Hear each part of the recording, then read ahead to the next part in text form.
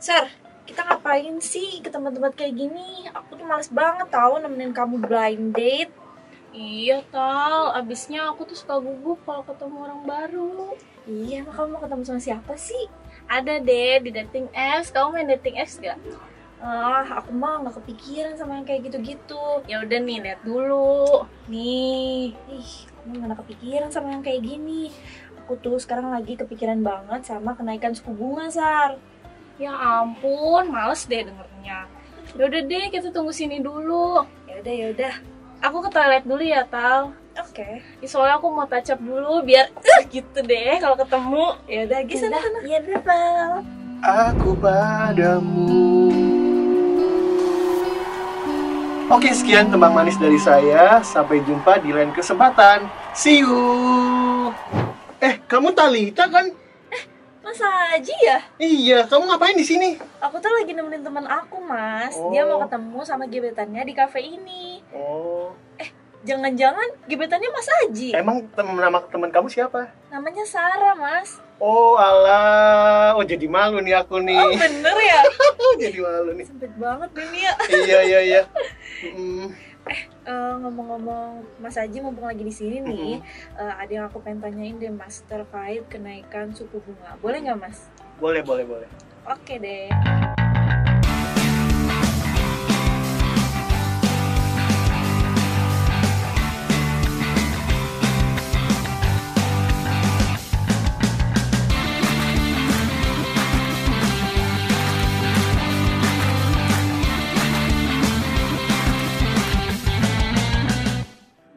Nah, jadi gini Tal, aku ceritain dulu ya dari secara runtut nih, kenapa adanya kenaikan suku bunga. Nah, jadi tentunya ke dalam arti ketika ada pandemi COVID yang melanda di seluruh negara nih ya, tentunya termasuk di Amerika Serikat dan yang lainnya ya. Nah, tentunya ini membuat perekonomian negara ini terhenti. Nah, karena Amerika Serikat ini udah mulai duluan ya reopening karena COVID-nya mereka udah lebih duluan terkendali. Nah, akhirnya perekonomian di Amerika Serikat ini juga turut kembali pulih ya. Dan juga ini seiring dengan permintaan industri ya, permintaan barang dan jasa, dan ini karena adanya peningkatan yang secara lumayan signifikan ya, ini menyebabkan adanya inflasi. Dan kalau kita lihat belakangan ini inflasi yang terjadi di Amerika Serikat ini trennya ini cenderung meningkat ya. Nah, kalau ini dibiarin terus-menerus nih, tentunya ini nggak baik nih kalau pendapatan atau pertumbuhan ekonomi itu lebih rendah ya dibandingkan kenaikan inflasi. Belum lagi kalau kita lihat ya adanya gejolak geopolitik ya antara Rusia dan Ukraina, tentunya ini menyebabkan adanya krisis energi dan pangan. Nah, dari dua hal tersebut ini juga menyumbang terhadap lonjakan inflasi nih yang terjadi. Nah, dari hal tersebut nih perlu sebuah langkah ya untuk ibaratnya inflasi ini harus dijinakan nih, kalau enggak ya nanti akan melonjak tinggi, tentunya ini akan melemahkan nih daya beli kita ya. Nah, oleh karena itu contohnya Amerika Serikat ini udah mulai nih melakukan kenaikan suku bunga ya untuk menjinakkan atau menormalisasikan inflasi yang terjadi nih, supaya bisa kembali seperti sedia kala, seperti itu Tal. Dan juga kalau kita lihat untuk Amerika Serikat sendiri ya, Amerika Serikat ini sendiri adalah salah satu mitra dagang yang cukup strategis nih dengan Indonesia. Jadi kalau mereka menaikkan suku bunga, tentunya ini akan menjadi sentimen ya terhadap investor, dalam arti akan menjadi suatu pertimbangan yang menarik nih kalau misalnya mungkin mereka mengalihkan dananya ini ke Amerika Serikat. Jadi seperti itu. Dan juga kenaikan inflasi yang dalam arti kenaikan suku bunga yang dilakukan oleh The Fed ini juga bisa memberikan sentimen ya terhadap bank sentral lain, negara lain ini juga akan turut ya mengikuti langkahnya untuk menaikkan suku bunga. Seperti itu Tal. Oh iya Mas Haji.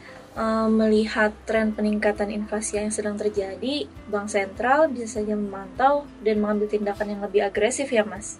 Iya benar Tal. Jadi memang adanya lonjakan inflasi yang terus-menerus meningkat ya. Nah, tentunya ini menjadi pertimbangan sendiri nih bagi bank sentral di sebuah negara ya. Salah satunya juga yang sudah mulai meningkatkan dalam arti menaikkan suku bunganya itu salah satunya The Fed ya, yaitu bank sentral di Amerika Serikat. Nah, jadi tentunya kenaikan inflasi yang terus meningkat ya secara terus menerus ini nggak bisa dibiarin ya. Akhirnya Bank Sentral ini perlu nih melakukan upaya untuk meningkatkan suku bunganya ya. Nah mungkin agresivitasnya segimana tergantung bagaimana ya lonjakan inflasi yang terjadi dan apakah upayanya itu bisa berhasil menjinakkan, bisa kembali normal apa enggak. Seperti itu tahu. Nah Mas, dikala Bank Sentral sedang menaikkan suku bunganya, baiknya aku nabung di bank atau investasi ya Mas? Ya, betul banget tuh pertanyaannya dan pertanyaan bagus nih untuk ditanyakan ya. Jadi memang benar nih Tal, inflasi yang terjadi ini tentunya akan mendorong ya Bank Sentral ini turut mulai menaikkan suku bunganya supaya bisa terkendali. Nah, tapi masalahnya apakah ketika musim suku bunga ini terjadi ya, kenaikan suku bunga ini terjadi, apakah menarik nabung di bank atau ketimbang investasi nih? Nah, kita adalah jawabannya adalah supaya kita bisa mengatasi yang namanya inflasi nih. Pertanyaannya adalah apakah dengan kita menabung di bank ya mendapatkan suku bunga, apakah ini cukup untuk menahan nilai uang kita dari laju inflasi? Nah, berdasarkan data nih Tal, jadi kalau kita nabung di bank ya, ibaratkan ini sebenarnya kalau kita nilai uangnya itu nggak terlalu banyak ya, let's say katakanlah mungkin beberapa bank ini bahkan memberikan bunga 0% bagi nilai tabungannya yang di bawah 1%. Nah tentunya ini nggak cukup nih Tal untuk bisa menjaga nilai uang kita dari yang namanya inflasi.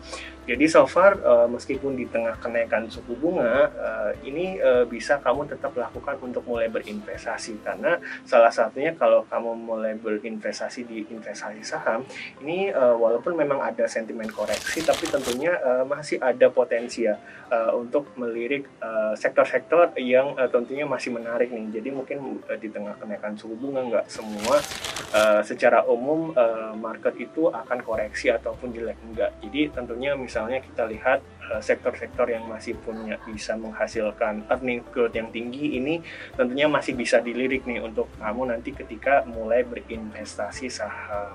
Seperti itu Tal. Oh, berarti aku harus tetap investasi ya Mas? Betul.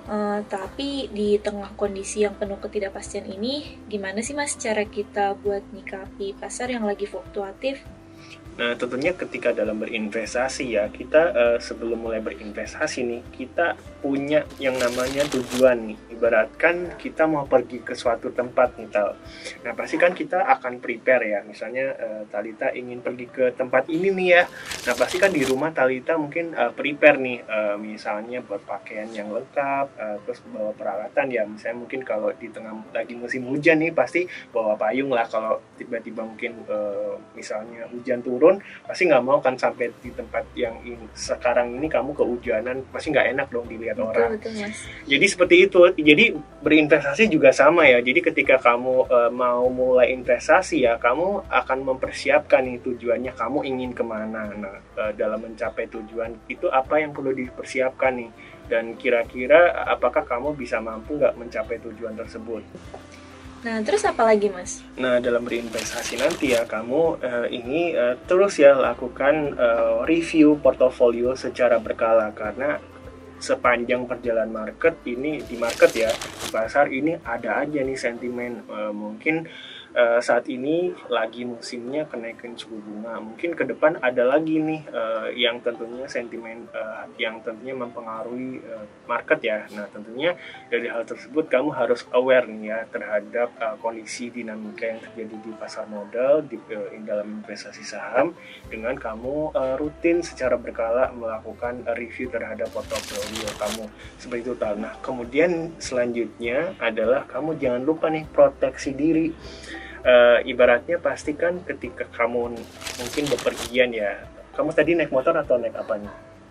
Naik bis Mas. Oh naik bis. Nah tentunya biasanya kan atau mungkin naik kendaraan mobil ya. Iya. Nah biasanya kan kita pakai sabuk pengaman. Betul, Sama halnya nih kalau ketika kita berinvestasi, karena investasi ini ada risikonya. Yang pasti adalah risiko ya, bukan keuntungan.